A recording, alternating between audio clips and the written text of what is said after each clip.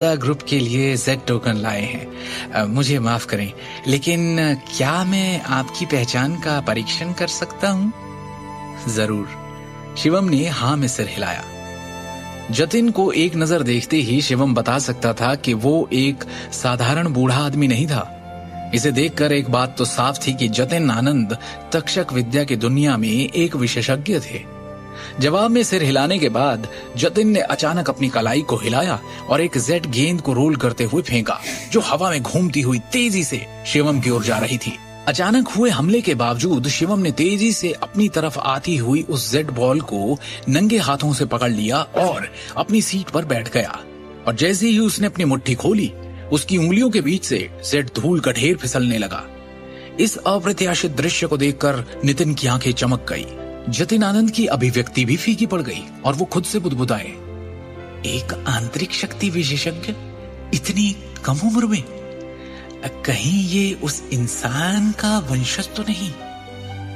रायजादा परिवार के एक बुजुर्ग के रूप में वो प्राचीन तक्षक विद्या से संबंधित गांधी परिवार के रहस्यों के संपर्क में आए थे। इस प्रकार वो मोटे तौर पर शिवम की असली पहचान का अनुमान लगा सकते थे।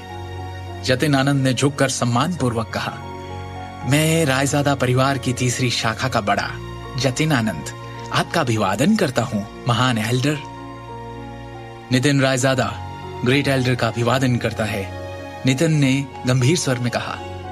शिवम के हाथ में जेड टोकन रायजादा परिवार के महान बुजुर्ग की पहचान का प्रतिनिधित्व करता है। रायजादा परिवार के नियम बेहद सख्त थे और किसी को भी उनका अपमान करने की अनुमति नहीं थी।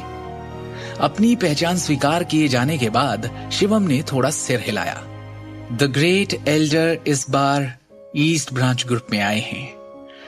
क्या मैं आपके लिए कुछ कर सकता हूं? जतिन ने गंभीरता से पूछा।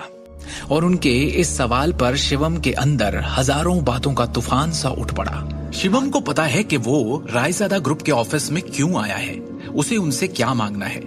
पर इससे पहले कि वो अपनी बात कहता, उसका फोन बज उठता है। शिवम, फौरन मेट्रो सिटी हॉस्पिटल पहुंचो। मैंने तुम्हारे और दृष्टि के तलाक के कागजात बनवा लिए हैं। अभी के अभी आकर उन पर साइन करो। फोन की दूसरी ओर से दृष्टि की मां सिमी ने चीखते हुए कहा, आप हॉस्पिटल में क्यों हैं? क्या चल रहा है मम्मी जी? शिवम ने गंभीरता से पूछा। दृष्टि के पापा फैक्ट्री में थे जब करण अचानक फैक्ट्री खरीदने आ गया। वहां कुछ ऐसा हुआ कि ये घायल हो गए। हॉस्पिटल में एडमिट करना पड़ा।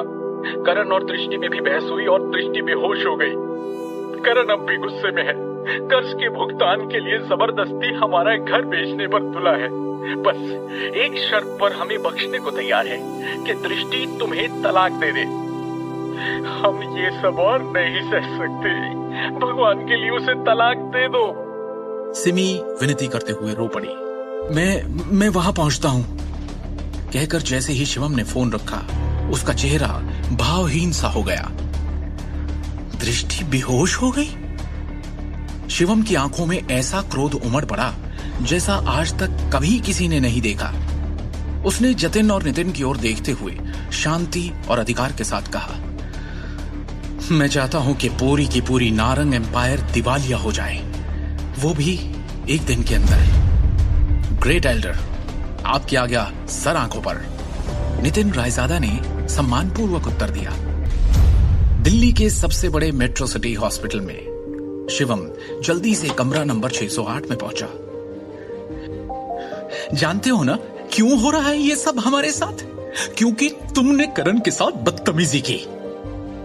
सिमी शिवम की ओर उंगली उठाकर गुस्से में बोलती जा रही थी।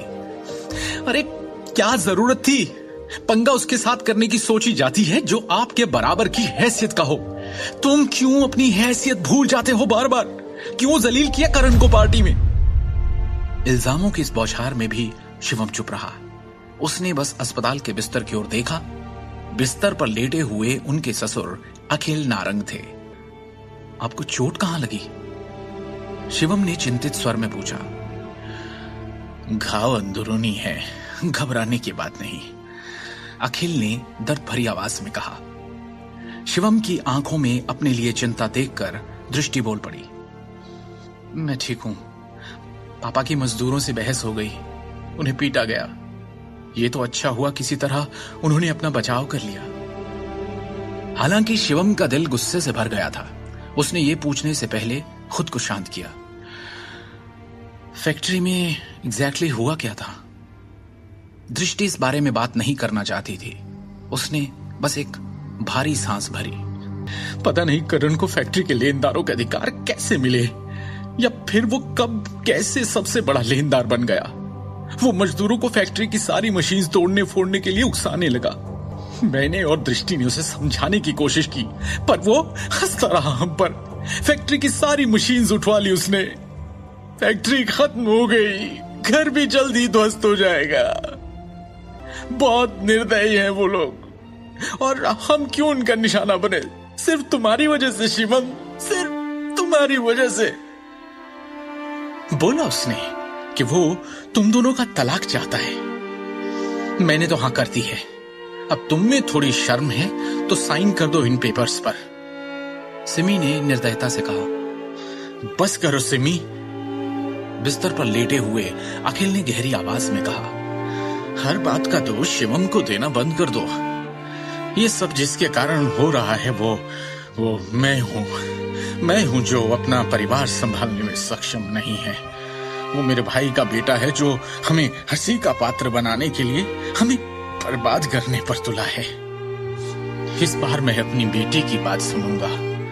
अगर सबसे खराब स्थिति आती है तो हम उसे घर और कारखाना दे देंगे और दिल्ली शहर से बाहर चले जाएंगे। कम से कम हमें उनके चेहरे तो नहीं देखने होंगे। ये सुन सिमी भी खामोशी में डूब गई। अरे वाह, पूरा परिवार एक साथ। शिवम, कमरे के बाहर से हंसी की आवाज आई। करण यहां भी आ गया। आपने मेरे सुझाव के बारे में क्या सोचा? पांचवी चाची, पांचवे अंकल? करण ने उन्हें और भड़काने के लिए उद्देश्यपूर्ण ढंग से अपने शब्दों को लंबा खींचा। अगर मैं आज आपके बचाव में नहीं दौड़ा होता तो वो वर्कर्स तो आपकी जान ही ले लेते, है कि नहीं? एक तो खुद तुमने ये सब करवाया और अब हीरो बनने आ गए हो। बंद करो ये ढोंग करण। करण की बातों से तंग आकर दृष्टि फट पड़ी। करण की चालाक अभिव्यक्ति उनमें से कोई बर्दाश्त नहीं कर पा रहा था। अरे यार, आप लोग दया के लायक हो ही नहीं। ऐसे लोगों को पता है क्या कहते हैं? थैंकलेस। करण ने आह भरते हुए कहा। मैं चाहता था कि अखिल अंकल के सारे कर्जे बाहर के बाहर निपट जाएं। क्या यह तरीका सही नहीं था उन्हें सेव करने का? मेरी जगह कोई और होता तो शायद आज ये जिंदा भी नहीं होते। करण ने कोमल स्वर में कहा। मैं तो बस मदद करने की कोशिश कर रहा हूं। मुंह बंद करो और दफा हो जाओ यहां से करण। दृष्टि गुस्से में कांपती हुई चिल्लाई। मैं दफा हो जाऊं? फिर ये मत कहना अखिल अंकल कि मैंने आपके परिवार को एक मौका नहीं दिया। अरे आपको तो एहसान मानना चाहिए, पर आप मानते नहीं। इसलिए मैं कल ही लेनदारों के अधिकार जारी कर दूंगा। बर्बाद हो जाएंगे आप सब। लोन शार्क्स तब तक आपके पीछे रहेंगे जब तक आप जिंदा हैं। क्या आप बकवास कर रहे हो? फैक्ट्री, घर और गहने गिरवी रखवा कर हम अपने सारे कर्जे चुका सकते हैं। क्यों पीछे पड़ेंगे लेनदार हमारे? दृष्टि ने सवाल किया तो करण ने गर्व से भरी मुस्कान दिखाते हुए कहा। उस घटिया ज्वेलरी प्रोसेसिंग फैक्ट्री के सभी उपकरण टूट गए हैं। एक कौड़ी की औकात नहीं। उसको गिरवी कहां रखोगे? इसके अलावा तुम लोगों को अभी भी साइट के किराए का हिसाब देना होगा। अगर इसे ठीक से नहीं सुलझाया तो अखिल अंकल पर धोखाधड़ी का आरोप भी लगाया जा सकता है, और हाँ, जेल भी हो सकती है। बोल लिया जो बोलना था, अब निकलो यहां से। शिवम ने करण को भाव शून्यता से देखा। करण चिल्लाया और अचानक गुस्से में आकर अपनी हथेली की मुट्ठी बनाकर शिवम के चेहरे की तरफ जैसे उड़ाई। ठाक की आवाज के साथ शिवम ने उसकी मुट्ठी एक झटके में अपनी हथेली से रोकी और बिना दया के एक झटके में उसे उल्टा घुमा दिया। बेइज्जती, हैरानी और गुस्से के घूंट पीकर उसने जहर उगलते हुए कहा, तेरी ये मजाल, तूने मुझे हाथ लगाया, मुझे, करण नारंग को। उसने दृष्टि के परिवार की ओर देखकर कहा, और तुम लोगों को भी नहीं छोड़ूंगा मैं। इस परिवार की कहानी अब खत्म समझो। अब तुम में से